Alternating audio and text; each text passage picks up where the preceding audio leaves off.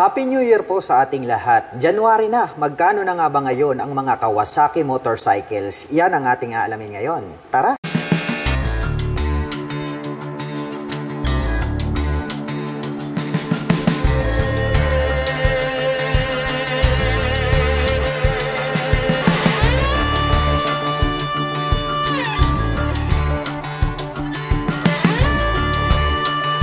Ito po ang Kawasaki Bajaj RS200. Isa po itong napakalupit na racing bike. Ito po ay semi-big bike. Napakaastig po ng kanyang body and design. Mapagkakamalan mo talaga itong big bike. At isa pa, ito pong kanyang headlight design is very attractive dahil nga gumagamit po ito ng projector lights para sa kanyang main light. At dito sa bandang itaas, mayroon po siya ritong split na daytime running light na parang nagsisilbing kanyang mga kilay para po rito sa kanyang mga nagsisilbing mata na kanyang main light. At dito na rin po located, dito pong kanyang mga pahaba na turn signals. LED na po lahat ng kanyang ginagamit para po dito sa kanyang lighting system. Mayroon naman po itong clear na windshield. At pagdating naman po rito sa kanyang front suspension, ito po ay equipped with traditional telescopic fork. At may nakalagay po rito na ABS na decal. Ito po pala mga ka-LM is naka-dual channel ABS. Magmula po rito sa harapan hanggang doon sa likuran. Ang kagandahan naman po niyan ay nakakapagbigay po yan ng smooth na braking power. Naka-single rotor disc brake na flower design with 2-pot caliper na Vibre. At ang size naman po ng kanyang gulong rito po sa harapan ay mayroong sukat na 100 by 80-17. May touch pala ng carbon ito pong kanyang front fender. Well, dumako naman po tayo rito sa kanyang digital meter panel display. Combination po pala ito ng analog at digital. May 2 button selector dito sa bandang ibaba. At gumagamit naman po ito ng mechanical key para po dito sa kanyang ignition. At ito po ay naka-naked handlebar. At napakaastig. Ang laki po pala nitong kanyang fuel tank. May nakalagay naman po rito na 3D emblem na Rouser. At dito po sa bandang ibaba, ito pong kanyang side cover is napakamaskulado ng pagkakadesign. Meron po siya ritong carbon finish na parang arrow, which is very attractive sa ating mga paningin. At ito naman po ay mayroong 6-speed manual transmission. At mayroon po siyang honeycomb design dito po sa kanyang side cover. Ito pong kanyang upuan, napakaganda rin, no? Dahil medyo mas mataas po yung upper part nito pong upuan para po sa ating back rider. And then black color naman po ito pong kanyang seat cover. Mapunta naman po tayo rito sa kanyang swing arm. Square type naman po na metal swing arm yung kanilang ginamit. At ang kanya naman pong rear suspension ay equip po ito ng monoshock absorber na may canister. At ang kagandahan niyan is adjustable po siya. Meron naman pong susian rito na kung saan ay pwede po nating buksan itong upper part nitong ating upuan. At ang kagandahan dito, ito po palang kanyang tail light is nandirito po siya sa kanyang rear fender, which is very unique, no? And then yung kanya naman pong mga turn signals ay nandirito naman po siya na nakapop up. Ang unique lang talaga is itong kanyang tail light dahil nakahiwalay po siya dito sa bandang puwitan. Nandirito po siya sa bandang dulo. At ito pong kanyang rear fender is mayroon po siyang pagkakahawig sa mga classic big bike dahil nagkaroon siya ng extension dito. And then meron na rin po siya ritong mudguard. May touch pa ng carbon yan. At dito naman po sa likod ang kanyang braking system is naka-single rotor disc brake with single pot caliper na Vibre. At ang sukat naman po ng kanyang gulong, rito po sa likuran, ito po ay mayroong sukat na 130 by 70-17. At very sporty looks naman po ang dating nito pong kanyang exhaust pipe. Black color naman po siya at mayroon naman po itong single exhaust. At ito naman po yung kanyang foot brake, metal naman po yung kanilang ginamit. At ito pong kanyang engine, may naka-intact po dyan na DTSI, triple spark. So gumagamit po pala ito ng triple spark plug, which is napakalupit. Dahil nga tatlo yung sumusunog sa gasolina.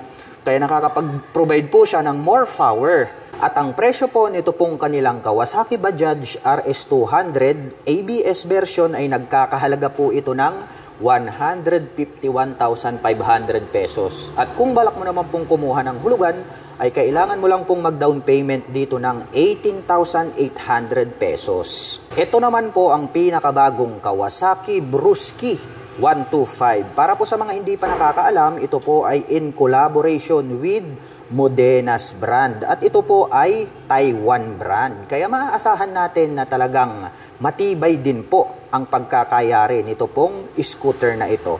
Ngayon naman ay pagmasdan natin ito pong kanyang headlight design. Dito po sa bandang itaas, mayroon po siya ritong split na daytime running light. At mayroon pa po siyang additional na lights dyan sa bandang itaas. At dito po sa bandang ibaba, ito po yung kanyang main headlight. Maporma din po at maangas ang dating nito pong kanyang lighting system. At dito po sa bandang itaas, nagkaroon po siya ng arrow dito, and then nagkaroon po siya ng honeycomb design dito po sa magkabila. At dito naman po sa kanyang handlebar cover, nagkaroon ng touch ng carbon dito po sa magkabila. At may tatak naman po na Modenas dito po sa bandang itaas. Mapunta naman po tayo rito sa kanyang side cover. May nakalagay po rito na Modenas, 125 ang kanyang engine displacement at ito po ay naka-fuel injected na po ang kanyang engine. Ngunit ang kanya pong cooling system, ito po ay naka-air cooled. At ang laki din po nito pong kanyang decal rito na combination ng red, white, and then black. At nakalagay naman po dyan yung kanyang model name na Brusky. Ito naman pong kanyang upuan, malapad din po siya. And then yung kanyang seat cover is black color po siya. Ito naman pong kanyang grab bar is silver color po siya. Mapunta naman po tayo rito po sa kanyang front suspension. Ito po ay gumagamit ng traditional na telescopic fork, silver color. Ganon din po ito pong kanyang mag-wheel. Same din po sila ng kulay na silver color. At ang sukat naman po ng kanyang gulong rito po sa harapan, ito po ay mayroong sukat na 80 by 90-14. Pang city riding condition, ito pong kanyang stock tires.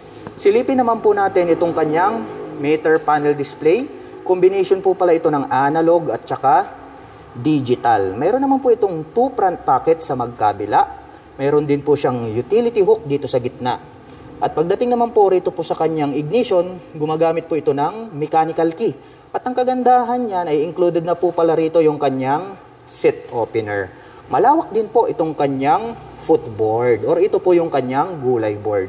Mapunta naman po tayo rito po sa kanyang tail light, patulis, maganda rin pong pagkakadesign. At ang kagandahan niyan, included na po dito ito pong kanyang turn signals. Pagdating naman po rito sa kanyang rear suspension, ito po pala ay gumagamit ng single shock absorber. Yung coil spring na ginamit is glossy black po siya. At ito po ay mayroong mechanical trailing or drum brake para po dito sa kanyang rear braking system. At ito pong kanyang cast wheel is silver color po siya. At ang sukat naman po ng kanyang gulong rito po sa bandang likuran ay may sukat na 90 by 90-14. Ito pong kanyang stock na muffler, no, may pagkakahawig sa click 125 kaya maporma po. At maangas ito pong kanyang stock pipe. Mayroon po itong single exhaust. Combination naman po ng black at silver ito pong kanyang tip. At mayroon din po siya ritong brace na silver color. Kaya maaasahan natin, durable po yung pagkakagawa. Ito pong kanilang Kawasaki Brusky 125. At ang presyo naman po nito pong kanilang Kawasaki Brusky 125 ay nagkakahalaga po ito ng 77,000 pesos. At kung balak mo naman pong kumuha ng hulugan, ay kailangan mo lang pong mag-down payment dito ng 5,800 pesos. Nandito naman po yung kanilang sports racing bike, no? Street fighter. Ito talaga napakaastig at mabibilis ang mga motorsiklong ito. Naka-dual ABS na po ito dito po sa front and then sa rear. At ang kagandahan niya, napakaastig po nito pong kanyang headlight design. Naka-projector lights po dito sa bandang harapan at mayroon po siya ditong daytime running light na parang nagsisilbing kanyang kilay. Ito naman po yung kanilang Kawasaki Bajaj Pulsar NS250. So meron po itong 250 cubic centimeter engine displacement. Napakalaki po nitong kanyang fuel tank at ang ganda rin po nitong kanyang upuan. Combination naman po ng analog at digital ang kanyang meter panel display. Naka-mechanical key ang ignition at naka-naked handlebar. Wow, napakaastig din po nito pong kanilang Kawasaki Bajaj Pulsar NS250. At ang presyo po pala nito ay nagkakahalaga po ito ng 163,500 pesos. At kung balak mo naman pong kumuha ng hulugan ay kailangan mo lang pong mag-down payment ng 31,800 pesos. Ito naman pong kanyang katabi, ito naman po yung kanilang Kawasaki Bajaj Roser NS125. Ito po yung fuel injection na model. Ang lapad po nito pong kanyang headlight design, nakaimbus tong part na to, matulis din. Gumagamit po ito ng bulb type para po rito sa kanyang main light at may additional lights pa po rito sa bandang itaas. Nandirito naman po located itong kanyang mga malalaking turn signals. More visible po yan kapag kayo po ay kakanan at kakaliwa. Naka single rotor disc brake sa harapan, habang dito naman po sa likuran, equip po ito ng mechanical drilling trailing or drum brake. Meron po pala itong integrated na mudguard at separated naman po ito pong kanyang rear fender. May pagka-classic, no, yung pagkaka-design nito pong kanyang rear fender. Mayroon pong partition sa gitna at maganda rin po itong kanyang upuan. Malaki ang kanyang fuel tank at may nakalagay naman po rito na Roser 3D emblem. Combination po pala ng analog at digital ang kanyang meter panel display, naka-mechanical key ang ignition at naka-naked handlebar. Ang ganda rin po pala, no, nito pong motorsiklo na to. At equip po pala ito ng dual shock absorber para po dito sa kanyang rear suspension. Ayun, endurance nakalagay. Kaya maaasahan natin na maganda yung bouncing performance nitong kanyang rear suspension. At ito po ay adjustable. At ang presyo po pala nito pong kanilang Kawasaki Bajaj Roser NS125 ay nagkakahalaga po ito ng 84,000 pesos. At kung balak mo naman pong kumuha ng hulugan, ay kailangan mo lang pong mag-down payment dito ng 6,300 pesos. At dito naman po sa bandang gitna, kung mahilig naman po kayo sa mga adventure touring bike, ito pang off-road talaga to. Makikita natin itong kanyang gulong, napakalaki, no? At ito po ay naka dual purpose pattern tires. Equipped naman po ito ng single rotor disc brake na flower design with 2-pot caliper. At very attractive po ang pagkaka-design nitong kanyang main light na naka aim shift design, LED na po yan. At located naman po sa bandang itaas, ito pong kanyang mga turn signals. At ang ganda po pala, no, colorful po. Ito pong kanyang inverted telescopic fork na gold color. At ito pong kanyang fuel tank located sa gitna, of course, at black color naman po yan. Ang kanya pong meter panel display ay naka-digital. May single button selector dito sa gilid. Naka-mechanical key ang ignition at ito po ay naka-naked handlebar. Pahaba. Ito pong kanyang upuan. May nakalagay naman po rito na Kawasaki. At ito naman pong kanyang rear fender is patulis. Nandirito naman po located itong kanyang tail light at ito po yung kanyang mga malalaking turn signals. At ito pong kanyang stock pipe napakahaba. Mayroon naman po itong silver color na head protection guard at mayroon po itong single exhaust. Ito naman pong kanyang gulong rito sa likuran, ayan, oh, napakakapal.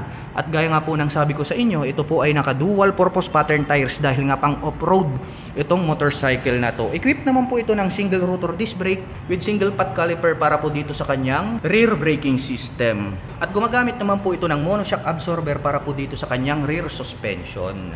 At ang model po pala nito pong kanilang Kawasaki, ito po yung KLX 150. Mayroon po itong 150 cubic centimeter engine displacement.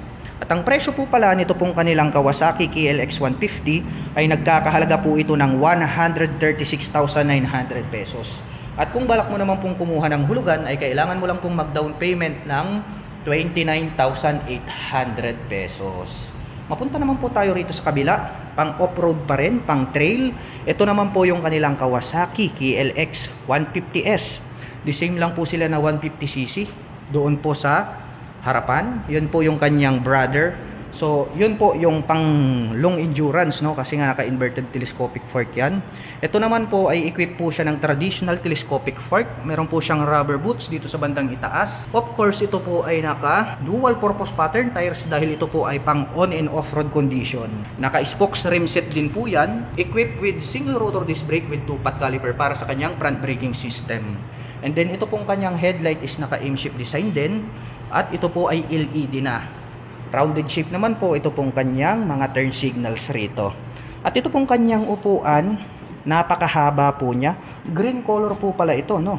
Ang ganda rin po nung kanyang color kasi green na green. At ito pong kanyang fuel tank is matte black color naman po siya. Mechanical key para po sa kanyang ignition. Naka fully digital meter panel display.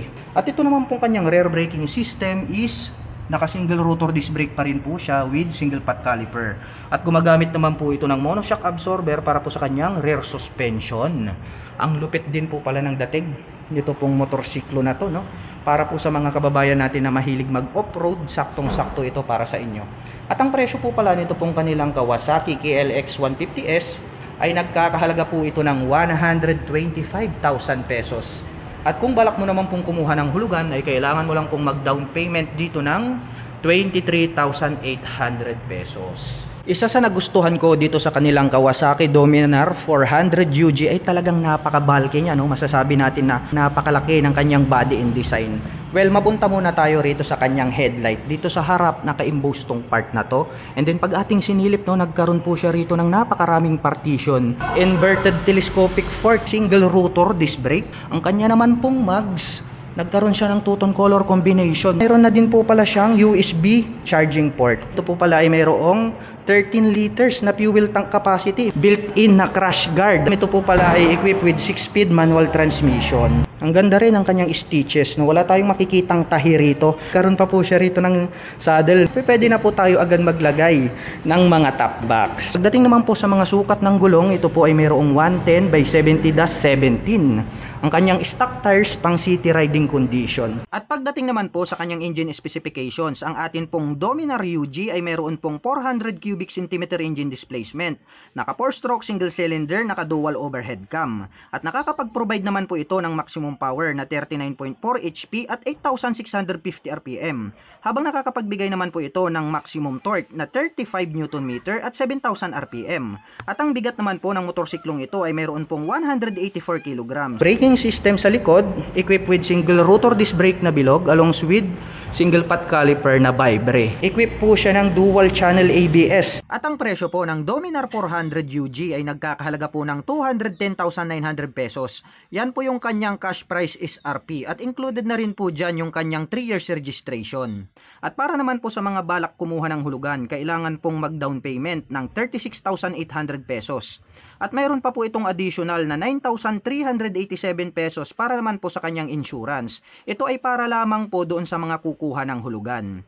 At pagdating naman po sa kanyang monthly installment, ito po ay mayroong 9,351 pesos sa loob ng 3 taon. Papunta naman po tayo sa mga pantra. Ito po yung mga motorsiklo na pantrabaho, pampasada, pang-service. Lahat na pwede mong gawin. Kumbaga all-in-one po itong mga to. So makikita po natin dito, nandirito po yung kanilang Barako 3. Ito po yung kick version. Ito naman po yung kanilang Barako 3 kick at starter version. So same lang po yan. Ang pagkakaiba lang po nila is yung isa is kick lang. Sisipain mo lang kapag gusto mo po siyang paandarin. Habang ito naman pong kabila is dual option siya. So mas effortless dahil nga pwede mong gamitin yung kanyang electric starter. At ito naman pong kanyang headlight is square type po yan. Tapos nagkaroon po siya ng headlight cover dito na glossy. May nakalagay na Kawasaki dito sa gitna. Dito po located itong kanyang rounded shape na mga turn signals. Gumagamit po ito ng traditional telescopic fork dito sa harapan, silver color, at meron po siyang protection itong kanyang rubber boots para hindi po mapasukan ng dumi itong kanyang front suspension. At ang kanya naman pong braking system dito po sa harapan, ito po ay gumagamit ng mechanical trailing or drum brake. Itong hub na ginamit is glossy black po siya. Of course, dahil ito po ay panghanap buhay na motorsiklo, business type, is naka-spokes rim din po yan. At ito naman pong kanyang meter panel display is gumagamit po siya ng analog, naka-mechanical key ang ignition, at naka-naked handlebar. Ang lapad po nito pong kanyang upuan, saktong-sakto, no, panghanap buhay. Actually, kakasya ang tatlo dyan kung talagang gitgitan at marami kayong mga pasahero. Dahil nga malakas naman po talaga ito pong ating Barako 3 dahil mayroon po itong 175 cubic centimeter engine displacement. At ang presyo po pala nito pong kanilang Barako 3 kick version ay nagkakahalaga po ito ng 96,500 pesos. At kung balak mo naman pong kumuha ng hulugan ay kailangan mo lang pong mag-down payment dito ng 8,800 pesos. Habang ito naman pong kanilang Kawasaki Barako 3 ay nagkakahalaga naman po ito ng 102,500 pesos. So mayroon lang naman po silang kunting price difference dito po sa kanilang kick at electric starter.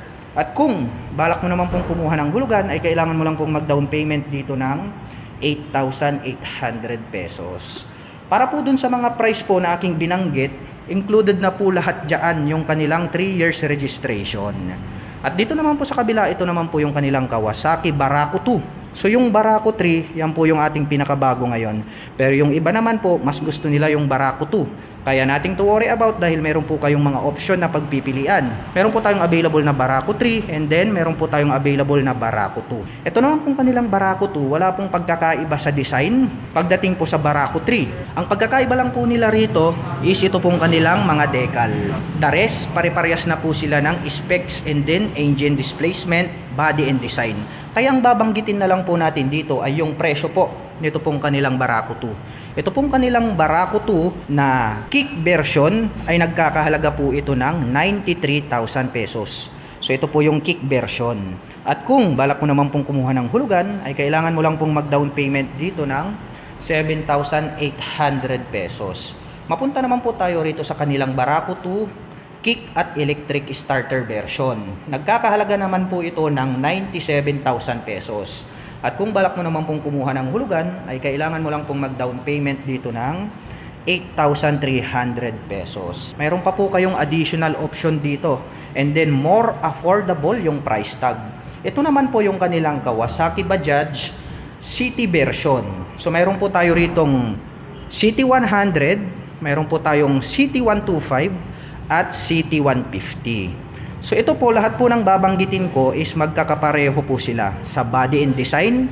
Parehas po sila ng headlight, rounded shape yung mga yan hanggang sa 150. Yung kanila pong mga turn signals, pare-parehas po yan na rounded shape, and then bulb type po lahat ang kanilang ginagamit para po sa kanilang turn signals. Pare-parehas po silang naka traditional telescopic fork dito sa harapan, at ang ginagamit po nila para po sa kanilang front braking system ay naka mechanical drilling or ito po yung tinatawag nila na drum brake hanggang dun sa likuran. At yung kanilang fuel tank capacity, wala din pong pagkakaiba. Pare-parehas din po yan ng size at ganun din po yung size ng kanyang upuan. Ngayon naman po ay babanggitin natin kung magkano naman po yung presyo nito pong kanilang Kawasaki Bajaj na pang business type na pinaka-affordable. Kung gusto nyo po ng pinaka-matipid, ito po yung bagay sa inyo. Ito pong Kawasaki City 100. At ang presyo naman po nito pong kanilang Kawasaki City 100 ay nagkakahalaga po ito ng 58,700 pesos. At kung balak mo naman pong kumuha ng hulugan, ay kailangan mo lang pong mag-down payment dito ng 2,800 pesos. Dumako naman po tayo rito sa Kawasaki City 125. Ang presyo naman po nito ay nagkakahalaga po ito ng 60,700 pesos. At kung balak mo naman pong kumuha ng hulugan, ay kailangan mo lang pong mag-down payment dito ng 2,800 pesos. At ang kanila pong big brother, ito po yung pinakamalakas sa lahat, ang Kawasaki City 150. Ito po ay nagkakahalaga ng 71,500 pesos. At kung balak mo naman pong kumuha ng hulugan, ay kailangan mo lang pong mag-down payment ng 2,800 pesos. At para naman po sa mga nakapanood ng video na ito at interesado pong maglabas ng mga Kawasaki motorcycles, ay maaari nyo po akong i-PM at i-message upang maibigay ko po sa inyo ang complete details ng motorsiklo na nais nyo pong kunin.